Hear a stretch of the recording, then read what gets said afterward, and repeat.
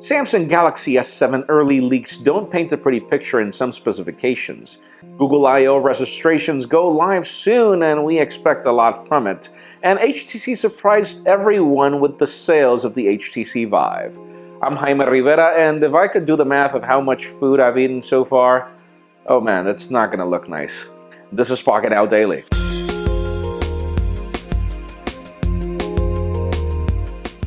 The official news today begin with deals. Those of you that are in the market for the Moto X Pure Edition, it's probably a good time to go to B&H as you can now opt for a Moto X 64 gig model for as much as $100 off, which is pretty much leaving it at $400. That's really a good deal. Links in the description for you to learn more of what you can get. Other official news come from HTC. We were a tad skeptical over the $800 price tag of the HTC Vive, but it seems that it ended up paying off. The company just claimed that they sold 15,000 HTC Vive units in just 10 minutes. Sadly, they didn't provide any other figures of what happened in the 10 minutes after that, but we can only assume that they did sell well, and this is great news. HTC has been in a dire need for a break, and we're really happy for that. Other official news come from Google. The company has now announced that Google I/O invites go out on March 8th. For those of you interested in registering for the company's developer conference, you're actually only getting 2 days.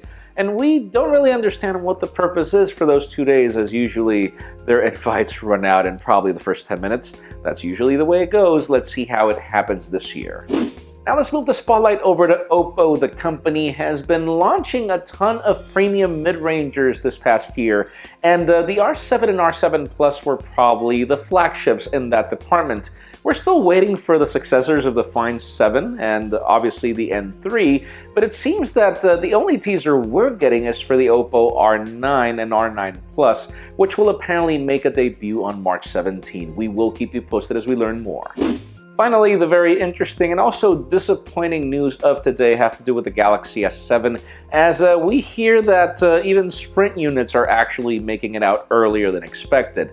As a result, people have already started filming videos, and we get to learn two things about the phone. The first one is that Quick Charge 3.0 is apparently not making the cut. You're getting a Snapdragon 820, but apparently because of the Exynos 8890 and other variants, only Quick Charge 2.0 is making the cut.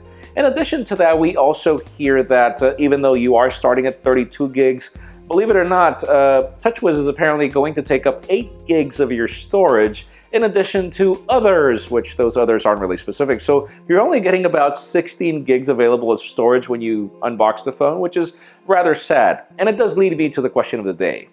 With all these quick charge news in addition to the whole storage problem, would that lure you away from the Galaxy S7 or not?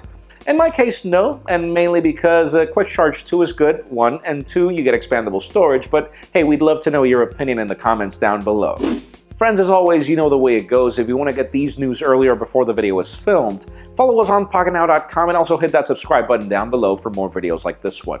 In addition, you can watch our videos on Vessel at vessel.com/pocketnow, and also follow me on Twitter at Jaime_Rivera or on Instagram at Jaime Rivera. Please give this video a thumbs up if you like what you saw. I am Jaime Rivera. Thank you very much for watching. We'll see you tomorrow.